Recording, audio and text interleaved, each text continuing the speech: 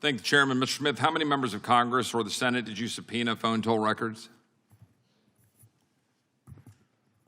As I sit here right now, I do not recall a specific number. Is this the complete list right here?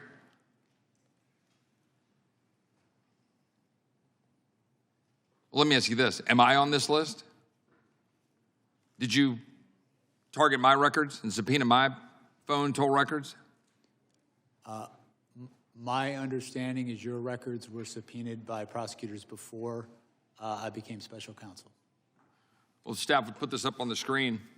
I'm thankful for the great staff who discovered the email where I learned for the first time a few weeks ago that my phone records were indeed targeted. We called AT&T and we've learned that they were given to the Department of Justice, as this email indicates, because I have been in communication with Scott Perry, one of my colleagues here in Congress, who literally had his phone taken from him in front of his family.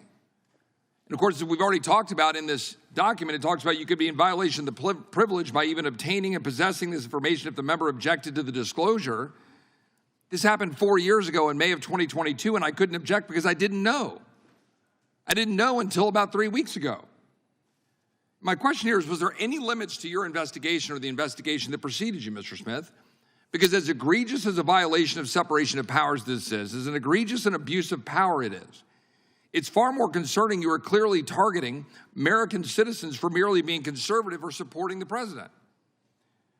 We've got memos that we've already been talking about in this hearing from April 2022 that preceded you that establish and open the investigations, one of which has Attorney General Merrick Garland's signature on it.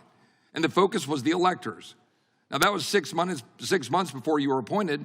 You testified earlier, you met and interviewed Merrick Garland and Deputy AG Lisa Monaco, and you briefed the AG and Deputy multiple times. Did you brief them on the electors and the prosecution of their supposed crimes? I'm sorry. Did you brief them on the electors and their supposed crimes?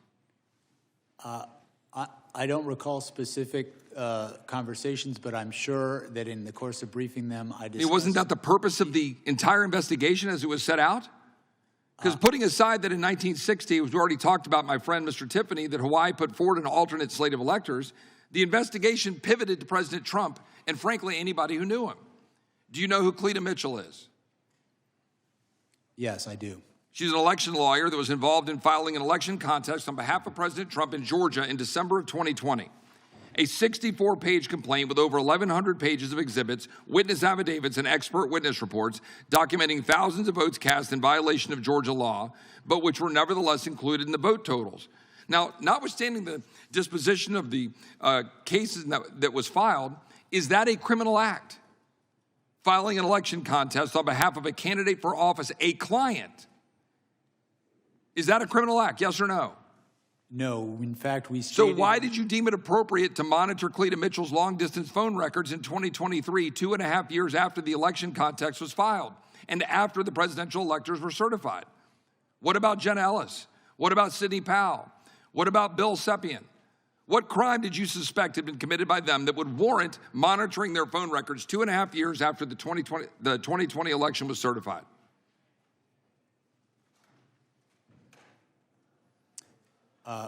With respect to Sidney Powell, she is one of the co-conspirators alleged in the indictment. I don't know what you mean by monitoring, sir, if you're talking... Well, there were some 400-plus Republican conservative groups and leaders who were targeted by your investigation. Their financial records were obtained, records of the RNC, the Trump campaign, Cleta Mitchell, the Conservative Partnership Institute, the America First Policy Institute, NRCC, NRSC, PACs, conservative groups, people all across the country, citizens, because we hear a lot about members of Congress. And we should, because of separation of powers and the egregious abuse of power. But what we're not talking about enough, in my opinion, are the American citizens that have been targeted. Because frankly, are there any limits to the power of a special prosecutor or special counsel?